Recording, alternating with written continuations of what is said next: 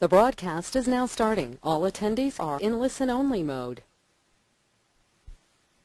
Well, good afternoon. Welcome to our series of webinars presented by Frontrunner Professional. I'm Mark Miatello. And good afternoon. Welcome to our series of webinars presented by Frontrunner Professional. I'm Mark Miatello, Customer Support Representative with Frontrunner Professional, and I'd like to thank you for taking the time to join us for this webinar. We always like to remind you that it isn't necessary to take notes during our presentations. If you do take notes, you may miss some important parts of the presentation. The webinar is being recorded, and we will be posting it online so you can review it at any time. You can access any of our webinars by clicking on the Help Desk, then User Manual, and right at the bottom of the list you'll see Select Virtual Learning Center. It'll be there for your reference at any time, and of course you can have your staff watch it whenever it's convenient for them. Also, at times, due to internet congestion, the speed of your connection, and how many people we have logged into the webinar, there may be some lag or gaps between what I'm saying and what you're actually seeing on the screen. Once again, don't get too concerned about it now if you do experience something like that, as the full webinar will be available online. Joining us on the panel today will be Stephanie Christoph, who will be doing the actual work of what you see on your screen. Many of you are probably familiar with it from the training that you have had. From our customer service department, we have Stephanie Montroy, Ashley Montroy, and Jason Truesdale, and they'll be helping with any questions that we may run into. If you do have questions, we ask that you do wait until the end of the webinar, as hopefully they'll be answered by what we show you. And if you do find it necessary to submit a question, just enter it in the question section. We'll do our best to get them answered either live or through the chat window, and we'll also be able to follow up after the webinar. And don't forget that we do listen to you when you do have issues or suggestions. Every time that you contact us through online support or by phone, email, what have you, with an issue or a suggestion, we document it, we bring it to the attention of the particular department that would be involved with it, and through that process we continue to enhance the product and strive to make it work for you. Now, we've been adding enhancements on a weekly basis, as I'm sure you've probably noticed, and we will continue to do so in the future. Be sure to let us know your thoughts and suggestions when you notice the improvements and the enhancements that we have made. We're all very excited about how we're moving this forward, and we like to hear your thoughts and any ideas that you do have. Now, today's webinar is dealing with entering a record.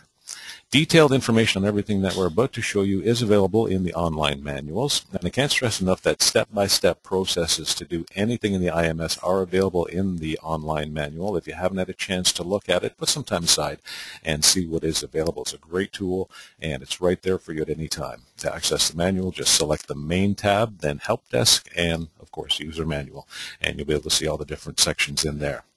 Today we're going to enter a standard record for this webinar. If you are a web-only client, you won't have access to this type of record, but it will show you what could be available to you, and it covers all necessary information for any of the records. The standard record captures the information required for most government forms, such as death certificates, flag requests, veterans forms, etc. The list goes on. This captures all that information. A web-only record is a simplified version of the standard record. It captures only the information necessary for the website. A pre-need record captures the same information as the standard record, but without a date of death. And the Book of Memories record allows you to provide the service of creating a book of memories for a family member or a member of the community that has requested a book for a loved one. The Book of Memories record will not count towards your annual call volume, but it will post a Book of Memories on your website, allowing family members to memorialize the deceased, and of course this can help generate business for you in the future. Now, to start, as Stephanie has done, you put your cursor over the Add a New Record icon, select Standard Record, and the first call sheet will be what loads up by default. And you can immediately start adding information here. And as you're entering the information, you simply move from one field to the next, filling in the necessary information. To select the date of death or any of the date fields, you can use the calendar icon, as Stephanie has done on the right side of the fields. It makes the date selection a little quicker, a little easier for you to enter that. Now, if you run into a situation where place of death, a city, a location, physician, anything like that is missing from any of the drop-down lists, you can add that information by clicking the Add button to the right, and that will add the missing information to the appropriate database.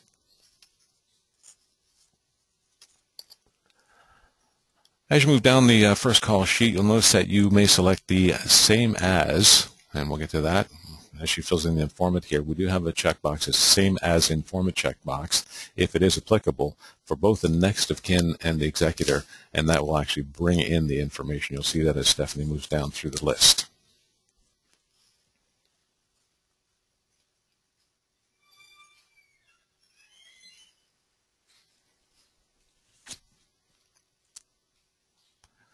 I know she does move rather quickly, but you'll catch up on this too after you do a few. And as you see, if you check same as informant, it does populate the information for you. Very important note, if you find that you'll never use some of the fields available here, that you can actually have the option of deactivating them. And you can do that in the system settings. So just click on the system settings, go to system profile, select fields, and in that section, you can uncheck any of the fields that you don't need or feel that you will never be using. And of course, if you find out in the future that, I need that field back, you just go back and check it. It will then appear back in the records again.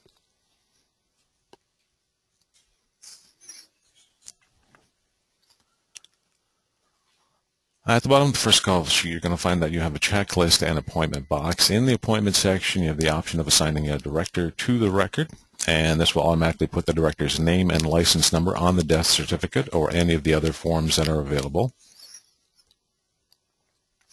And, of course, always save your work. If you do, by chance, click to another tab, the system will save your information. Also, you'll notice at the top of the screen that we have an auto-save, and that rotates through, I think, every 15 minutes. If by chance you get pulled away from your desk while you're entering some information, you leave this wide open and you come back and your computer's been shut down or what have you, the system has most likely already saved all your information. Now, if you'd like to have the record show up on the website as soon as you have a minimum of information in it, you can publish the Book of Memories by using the option available under the deceased name at the top of the page. If it says not published to web, just click on the blue icon and that will publish the record right away. If it says published to web, then it's already on your website. And if it's a web-only record, I'd like to mention that it automatically will get published. You don't have to do anything about that at all. Now we're going to move on to the deceased info page. Information entered in the first call sheet will be imported into this section. So all you need to do is fill in any of the empty blanks that do require information.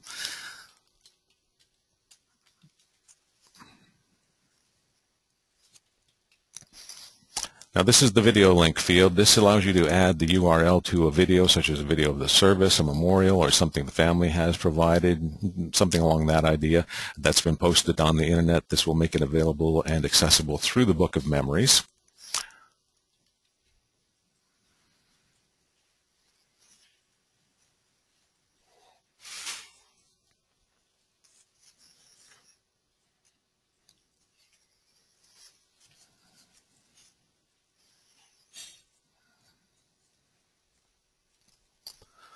Residence information, of course, will be necessary for any death certificate.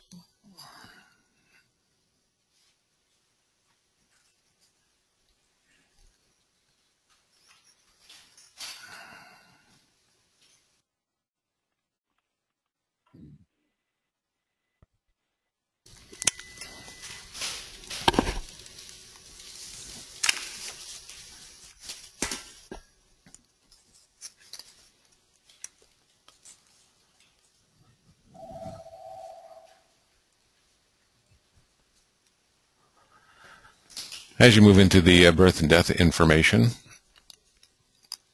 you'll see as you fill in this information, the age at death is calculated automatically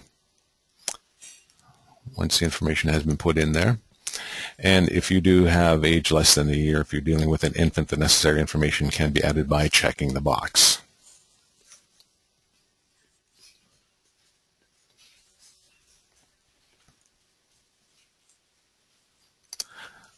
And you can see next of kin information has obviously come in from the first call sheet. And we move to the consultation section now. Now this section is where you can make notes about any personal effects that have been brought in by the family. And if anything needs to be returned, you can make notes as to what needs to be returned and to whom. Also in this section, you can select the donation options, which we'll get down to.